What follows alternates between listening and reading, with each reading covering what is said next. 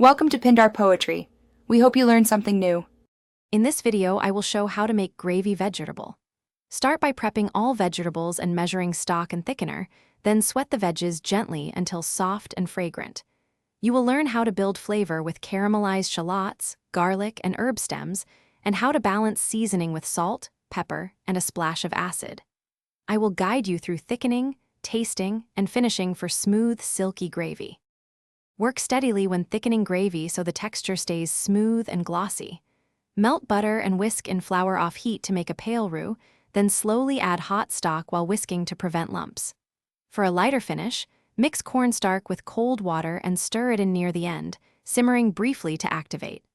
Keep tasting and adjust with salt, pepper, or a pinch of sugar for balance. Build layered flavor by deglazing the pan and simmering with herbs for at least 10 minutes. Use white wine or a splash of vinegar to lift brown bits, then add a bay leaf or thyme sprig to steep.